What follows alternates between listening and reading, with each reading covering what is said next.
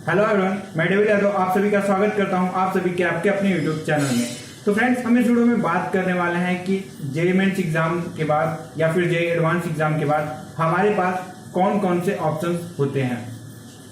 Friends, ये बहुत सारे स्टूडेंट्स के पास प्रॉब्लम होती है कि उन्हें पता नहीं होता कि जेईई मेंस एग्जाम देने के बाद एक्चुअली में करना क्या चाहिए या फिर उनके पास कौन कौन से ऑप्शंस हैं। तो फ्रेंड्स, इस वीडियो में हम यही बात करने वाले हैं। तो फ्रेंड्स, चलिए वीडियो शुरू करते हैं। तो फ्रेंड्स, सबसे पहले मैं बात करना चाहूँगा 4 टर्म्स के बारे में जो कि जानना बहुत ही ज़्यादा इम्पोर्टेंट है। तो पहला जो टर्म है वो है IIT यानी Indian institute of technology. Friends, अगर आपको इस इंस्टीट्यूट में एडमिशन मिलता है तो आप बहुत ही ज़्यादा लकी हो, यानी कि लकी हो या बहुत ही लकी माना जाता है। फिर उससे नीचे आता है NIT national institute of technology, और फिर उसके नीचे आता है IITs Indian institute of information technology. Friends, इसमें जो है आपको मोस्टली जो है कंप्यूटर से रिलेटेड जो टेक्नोलॉजी यानी इंफॉर्मेशन टेक्नोलॉजी IT या फिर कंप्यूटर से रिलेटेड आपको सब्जेक्ट्स मिलते हैं। तो अगर आप CSE या फिर IT में जाना चाहते हो तो फिर आप IIIT में जा सकते हो। और फ्रेंड्स, IIIT के जस्ट बगल में ही या फिर उसके बराबर में आता है GFTI यानी कि गवर्नमेंट फंडेड टेक्निकल इंस्टीट्यूट। तो फ्रेंड्स, इसमें भी आप एडमिशन ले सकते हो, और ये जो होता है ये सेंट्रल के द्वारा या फिर स्टेट गवर्नमेंट के द्वारा फंड किया जाता है इस यूनिवर्सिटी को, यानी आपकी फी कम लगती है और पढ़ाई भी अच्छी खासी रहती है और प्लेसमेंट भी अच्छे होते हैं। तो फ्रेंड्स, इन सारे स्कूल्स या कॉलेजेस में एडमिशन हमें कैसे लेना है इसके प्रोसीजर के बारे में देख लेते हैं। तो सबसे पहले एक वेबसाइट है जिसका नाम है जोसा, और लिंक है josaa.nic.in। ठीक है, तो जोसा का मतलब क्या है? तो जोसा का मतलब है ज्वाइंट सीट एलोकेशन अथॉरिटी, यानी कि ये जो अथॉरिटी है ये आपको सीट एलोकेट करती है, यानी सीट आपको प्रोवाइड करती है कि आपको इस कॉलेज में एडमिशन मिल सकता है on the basis of your rank. ठीक है फ्रेंड्स, यहाँ पे रैंक के साथ साथ आपको कुछ रिजर्वेशन कोटा भी मिलता है। रिजर्वेशन कोटा में फ्रेंड्स कई टाइप के, एक तो होता है कि आप जहाँ के रहने वाले हो और उसी में अगर यूनिवर्सिटी है उसी स्टेट में तो फिर आपको कुछ छूट मिल जाती है, या फिर कास्ट वाइज भी होता है, OBC को थोड़ा, OBC SC ST को थोड़ा सा मिल जाता है छूट। तो फ्रेंड्स, ये सारे टर्म्स हैं, तो इसलिए एग्जैक्ट फाइंड आउट कर पाना मुश्किल होता है कि किसको कौन सी सीट या फिर कहाँ पे क्या क्या कुछ मिलने वाला है। फ्रेंड्स, टोटल ये जो सारी जिम्मेदारियां होती हैं वो जोसा मैनेज करता है। फ्रेंड्स, एक बात और मैं यहाँ पे कहना चाहूँगा कि आप लोगों को उस टाइम मेल आ सकता है या फिर मैसेज आ सकता है आपके मोबाइल नंबर पर, आपको मैं इसमें सीट दिलवा दूंगा, आप मेरे को इतना पैसा अगर दोगे तो, या फिर एक प्रकार से कह दो आप मुझे इतना डोनेशन दोगे तो। फ्रेंड्स, इस टाइप की चीज़ें जो होती हैं फेक होती हैं, और मेरे को लगता है कि अगर आप उन सारी चीज़ों के चक्कर में पड़ रहे हो तो कहीं ना कहीं आप अपना टाइम और फिर पैसा दोनों बर्बाद कर रहे हो। फ्रेंड, उन सारी चीज़ों से दूर रहना चाहिए। आपको जो कॉलेज मिल रहा है उसको प्रीफर करो, या फिर आप अपने हिसाब से देखो। आप किसी काउंसलर को ज़्यादा, मतलब काउंसलर को पैसे दे के कि आप ये करो मेरे को बहुत ज़्यादा सजेशन दो, इसके चक्कर में ना पड़ो। बेसिक प्रॉब्लम अगर आपको आ रहा है तो आप किसी यूट्यूबर या फिर ऐसे लोगों को कांटेक्ट करो जो आपसे पैसे न लेता हो। फ्रेंड्स, अगर आप चाहो तो आप मेरे को इंस्टाग्राम पे मैसेज करके भी पूछ सकते हो। तो फ्रेंड्स, अब आगे बढ़ते हैं और बात करते हैं कि जोसा में रजिस्टर करने के बाद हमें क्या क्या करना है। तो फ्रेंड्स, जोसा में रजिस्टर करोगे जैसे ही आप, तो वहाँ पे कुछ आपको ऑप्शंस आएंगे कि आपका जो पहला प्रेफरेंस है वो कहाँ पे आप एडमिशन लेना चाहते हो, फिर उसी टाइप से आपका दूसरा प्रेफरेंस, तीसरा प्रेफरेंस, ऐसे ही आपको कैरियर में भी कि आप किस स्ट्रीम में जाना पसंद करोगे, कौन सा कोर्स करना पसंद करोगे। जैसे आप सिविल इंजीनियरिंग में जाना चाहोगे, इलेक्ट्रिकल में, कंप्यूटर में, या फिर आप कोई और जो कुछ भी आप वहाँ पे ऑप्शंस रहेगा आप वहाँ से फिल कर देना। फिल करने के बाद आपको जो भी स्ट्रीम मिल सकता है आपको जोसा प्रोवाइड कराएगा, और आपका जो डैशबोर्ड है वहाँ पे शो होगा। डैशबोर्ड यानी फ्रेंड्स, जो आप जहाँ पे रजिस्टर करोगे, आप जैसे यूजर नेम लिखोगे और पासवर्ड लिखोगे तो जो आपको खुलेगा उसको डैशबोर्ड मैं बोल रहा हूँ। तो वहाँ पे आपको पूरा डिटेल्स शो होगा कि आप किस कॉलेज में एडमिशन ले पा रहे हो और आपको वहाँ पे कौन सी सीट एलोकेट हो पा रही है। फ्रेंड्स, सीट एलोकेशन के टाइम कुछ टर्म्स होते हैं जैसे कि फ्रीज, फ्लोट और स्लाइड।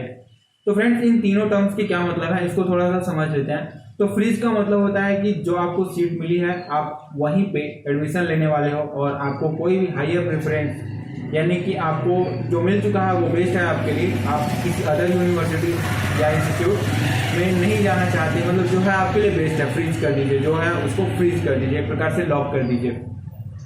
दूसरा ऑप्शन होता है फ्लोट का, यानी कि जो आपको कोर्स दे दिया गया है वो तो आपको मिलेगा ही, अगर आप फ्लोट का ऑप्शन सेलेक्ट करोगे तो अगर हायर प्रेफरेंस है कोई, जैसे कि आप मान लीजिए आपको दूसरे प्रेफरेंस का कोर्स मिला हुआ है तो आपने फ्लोट को सेलेक्ट कर लिया, तो आपको अगर पहले प्रेफरेंस वाला इंस्टीट्यूट मिल जाता है तो वो आपको प्रोवाइड किया जा सकता है।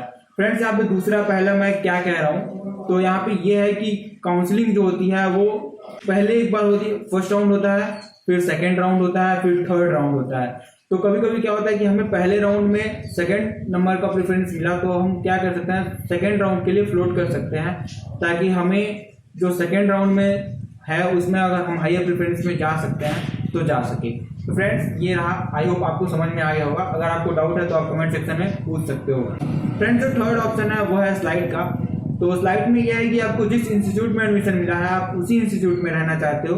हाँ, अगर आपको कोर्स पे सिर्फ जो कोर्स है हायर प्रेफरेंस का मिल सकता है, यानी स्ट्रीम जो हायर प्रेफरेंस की मिल सकती है, तो आप उसको क्या है कि उसको पसंद कर रहे हो, आप उसमें जाना ज़्यादा बेटर समझ रहे हो, तो आप यहाँ पे क्या करोगे, स्लाइड का ऑप्शन सेलेक्ट करोगे। तो फ्रेंड्स ये तो हो गई पूरी बात फॉर्म फिलिंग की और फिर सीट एलोकेशन की। तो फ्रेंड्स सीट एलोकेशन के बाद क्या करना होता है, तो सीट एलोकेशन के बाद आपको पेमेंट करना पड़ता है कि ताकि आप उसमें एडमिशन ले रहे हो। और ये अभी का जो रेट है वो है SC/ST के लिए 15,000 और OBC जनरल के लिए है वो 35,000 है, यानी इसको आप पेमेंट करना पड़ता है। फ्रेंड्स आने वाले टाइम में ये बदल भी सकता है, तो आप उसको आप चेक कर लीजिएगा कि अभी उस टाइम क्या रेट चल रहा है। फ्रेंड्स इसके बाद एक क्वेश्चन आता है कि क्या मैं इसको अगर पहले मैंने पेमेंट कर दिया और फिर बाद में मैं लेना चाहूँ तो क्या मैं ले सकता हूँ। तो फ्रेंड्स आप बिल्कुल जोसा ही वेबसाइट पे जाके अप्लाई करोगे कि मैं विथड्रॉ करना चाहता हूँ, तो फ्रेंड्स आपके 1500 रुपीज़ कट होंगे और वहाँ से इसको 1500 डिडक्ट करके आपका जो पैसा बचेगा वो आपको प्रोवाइड करा दिया जाएगा। फ्रेंड्स एक क्वेश्चन हमारे माइंड में ये भी आता है कि हमें कितना रैंक लगभग लाना चाहिए। तो फ्रेंड्स ये जो है पूरी तरह से कट ऑफ पे और फिर कई सारी चीज़ों पे डिपेंड करता है, जैसे कि आपका रिजर्वेशन पे भी डिपेंड करता है, तो मैं इसको एग्जैक्ट नहीं बता सकता। तो मैं यहाँ पे क्या कर रहा हूँ कि जो सीट्स हैं IITs में NITs में मैं उसको ही बता दे रहा हूँ, ताकि आप कुछ एक एक्सपेक्टेशन या फिर आप अंदाज़ा लगा सको कि आपको कितना रैंक तक लाना पड़ेगा। तो सबसे पहले बात करते हैं IIT की। तो फ्रेंड्स पूरे इंडिया में अभी करेंट टाइम में 23 IITs हैं और ये जो टोटल सीट्स प्रोवाइड करती हैं फॉर अंडर ग्रेजुएशन एडमिशन यानी क्लास 12 के बाद की जो एडमिशन होती है, तो उसमें लगभग 10,000 तक आपको एडमिशन IIT कराता है। फिर उसके बाद NIT है, तो NIT जो है वो 31 NIT है और ये जो एडमिशन लेता है लगभग 19,000 सीट्स के लिए लेता है, 19,000 सीट्स के लिए लेता है। और फिर उसके नीचे है 23 ट्रिपल IT। तो फ्रेंड्स ये जो सीट है लगभग 3,000 सीट्स के लिए लेता है और GFTI जो है गवर्नमेंट फंडेड टेक्निकल इंस्टीट्यूट जो है वो लगभग 3,000 सीट्स के लिए लेते हैं। तो टोटल जो लगभग आता है वो 35,000 से 40,000 के बीच में आता है, यानी आपका रैंक भी इन्हीं के बीच में आना चाहिए। तो फिर आपको 100% या फिर आप एश्योर हो सकते हो कि मेरे को जो है IIT NIT या फिर ट्रिपल IT या GFTI में एडमिशन मिल जाएगा। अच्छा फ्रेंड्स अब कुछ आगे बात कर लेते हैं कि क्या सिर्फ जोसा ही ऐसा बॉडी है जिससे हम IIT NIT या फिर इन इंस्टीट्यूट में एडमिशन ले सकते हैं। तो फ्रेंड्स अगर आपको IIT में एडमिशन लेना है तो सिर्फ और सिर्फ जोसा ही एक ऑप्शन है, लेकिन NIT और फिर जो है GFTI और ट्रिपल IT इनके लिए एक अलग सा भी ऑप्शन है GSAB, यानी कि सेंट्रल सीट एलोकेशन बोर्ड। तो आपको CSAB के बेसिस पे भी उन कॉलेजेस में एडमिशन मिल जाएगा जो CSAB में पार्टिसिपेट करते हैं। तो आप एक बार CSAB में कौन कौन से कॉलेज हैं उनको भी आप एक बार चेक कर लीजिएगा। फ्रेंड्स अब बात कर लेते हैं कि अच्छा मेरा ना ही तो CSAT में हुआ और ना ही अपर लेवल के जो कॉलेजेस हैं या इंस्टीट्यूट्स हैं IIT NIT या फिर JFTI में हुआ, तो फिर हम क्या कर सकते हैं। तो फ्रेंड्स तो भी आपको चिंता करने की ज़रूरत नहीं है, आपके लिए प्राइवेट हमेशा ऑप्शन खुला है। और प्राइवेट में प्रॉब्लम क्या है कि फीस थोड़ा ज़्यादा लगता है और फिर जो एजुकेटर्स जो आप बोल सकते हो वो थोड़े कम लेवल के होते हैं, पर आपका रैंक यहाँ पे कम आया इसका मतलब ये नहीं कि आपकी ज़िंदगी ख़त्म हो गई है, आपकी ज़िंदगी अभी पूरी बची हुई है। और प्राइवेट से भी पढ़ाई करने के बाद आप अपने जो फ्यूचर में है वो बहुत ही अच्छा कर सकते हो। तो ऐसा नहीं कोई ज़रूरी है कि आप गवर्नमेंट से पढ़ोगे तो ही अच्छा करोगे, आप प्राइवेट में जाके भी बहुत कुछ कर सकते हो। तो फ्रेंड्स आई होप ये वीडियो आपके लिए बहुत ही ज़्यादा हेल्पफुल रहा होगा। अगर आपको इस वीडियो से कुछ भी हेल्प मिला हो तो प्लीज़ इस वीडियो को लाइक करिए और चैनल को सब्सक्राइब भी जरूर कर लीजिएगा। और हाँ, इस वीडियो को अपने दोस्तों के साथ शेयर भी जरूर करिएगा ताकि उन्हें भी ये इन्फॉर्मेशन मिल सके। तो चलते हैं फ्रेंड्स, मिलते हैं नेक्स्ट वीडियो में, तब तक के लिए जय हिंद।